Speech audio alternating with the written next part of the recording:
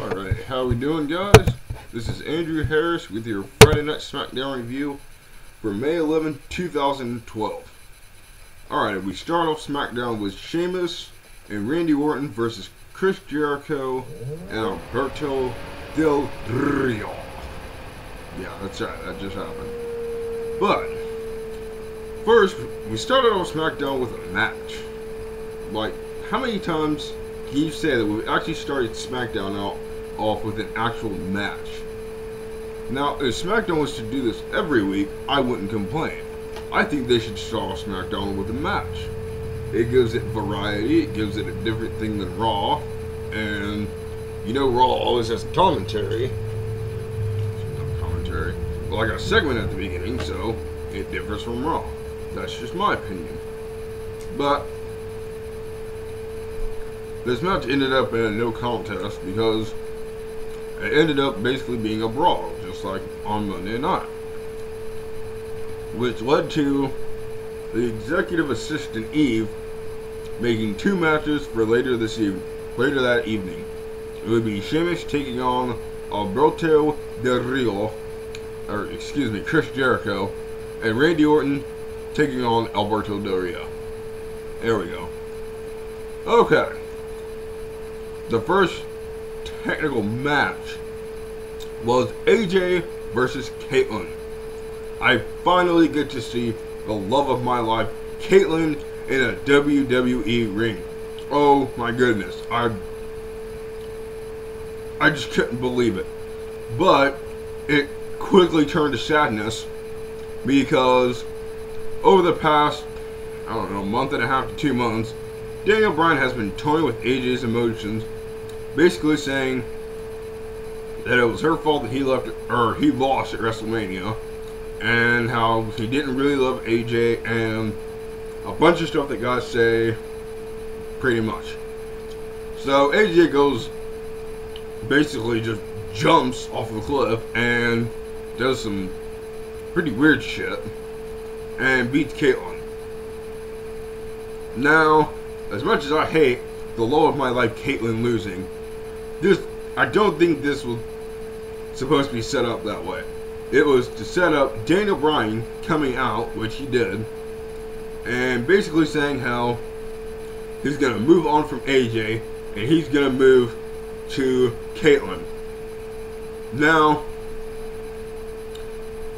Daniel Bryan, how dare you say you're going to move on my girl Caitlyn? How dare you? She's mine, Daniel Bryan. You can't have her.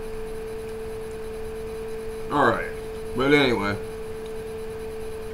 Next we had Big Show versus Daniel Bryan. Which, this match was okay. I didn't really feel most of the matches on tonight's card just because they were either short or they just didn't interest me.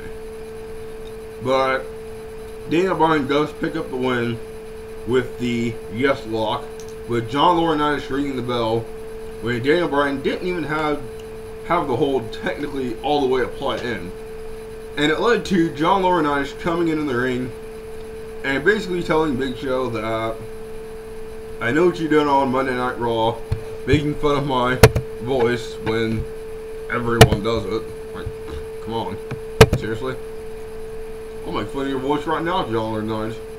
My name is Mr. John Laurinaitis, and I, John Laurinaitis, am a douchebag.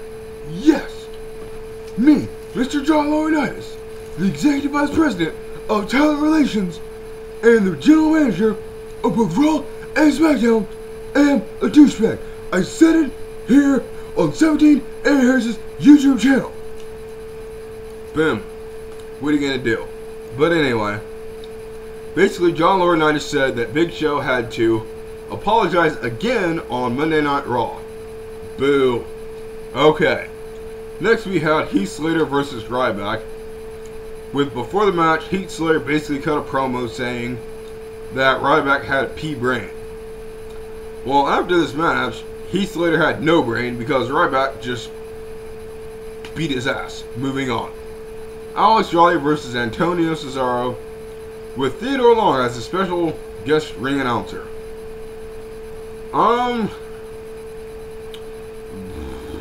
can't really say much about this match because, again, it didn't really interest me.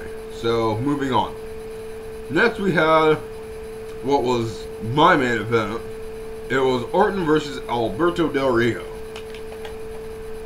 Now, of course, this is the main event, or my main event, excuse me, because it was basically, in my opinion, the best match of the night.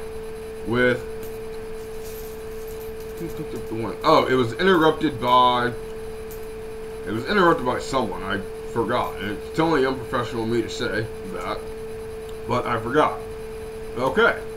Next we had R-Truth and Jack Swagger. Now, at Over the Limit, it will be R-Truth and Kofi Kingston taking on Jack Swagger and the show-off himself, Dolph Ziggler. Now, we're finally getting the WWE Tag Team Championships, not in a pre-show, but on the actual pay-per-view. Thank you, WWE, for coming to your senses on one thing at Over the Limit and putting the WWE Tag Team titles in the actual pay-per-view. Good job, WWE. That's probably the only thing that excited me about tonight. That the WWE Tag Team titles will not be on pre-show, but it will be on the actual pay-per-view. Now, if we could get the US title on a pay-per-view, I will just go ecstatic. But anyways, it was R-Truth versus Jack Swagger in a obviously Over the Limit preview. R-Truth does pick up the win off of the Little Jimmy after there was a lot of interfering with Kofi Kingston doing the Trouble in Paradise. Jack Swagger turning it around, getting hit with the Little Jimmy, and picking up the win. Alright, next we had Santina Marella and Zack Ryder versus Darren Young and Titus O'Neil. Okay, before I even get to this match, can someone please explain to me what's going on with Darren Young and Titus O'Neil? Now, I know when people are a tag team, they're high-fiving, yeah, buddy, what's up, how you doing, yeah, and all that stuff. But these guys just bring it to a whole nother level. Are you serious, guys? Ooh, shit, excuse me, guys. Damn smoker's cough. But anyway, they're touching on each other and doing all sorts of gay shit, but I thought we were supposed to be keeping this PG, guys. Come on. You can't have two guys touching on each other like Darren Young and Titus O'Neil did. Now, maybe I'm just being too observant. Maybe I'm just being a WWE reviewer in my eyes.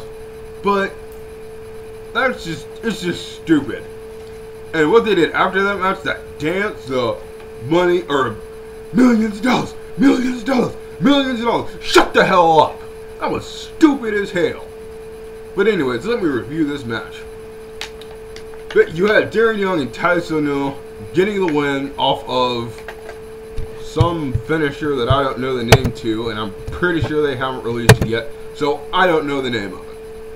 Okay. Next we had Brodus Clay versus Hunico, and we gotta know who wins that match. Moving on. Alright, finally we get to our main event. Sheamus versus Chris Jericho in an Over the Limit Implications match. In my opinion, this was the second best match of the night. Why? Over the Limit complication, or why did I just say complications again? Implications. It had Over the Limit implications, and after Over the Limit, Sheamus and Chris Jericho could feud still. It could be Sheamus and Randy Orton, which is what I hope for. Or it could be Randy Orton and Alberto Del Rio. The possibilities are endless. Actually, there's probably about 5 or 6. But anyway, Sheamus does...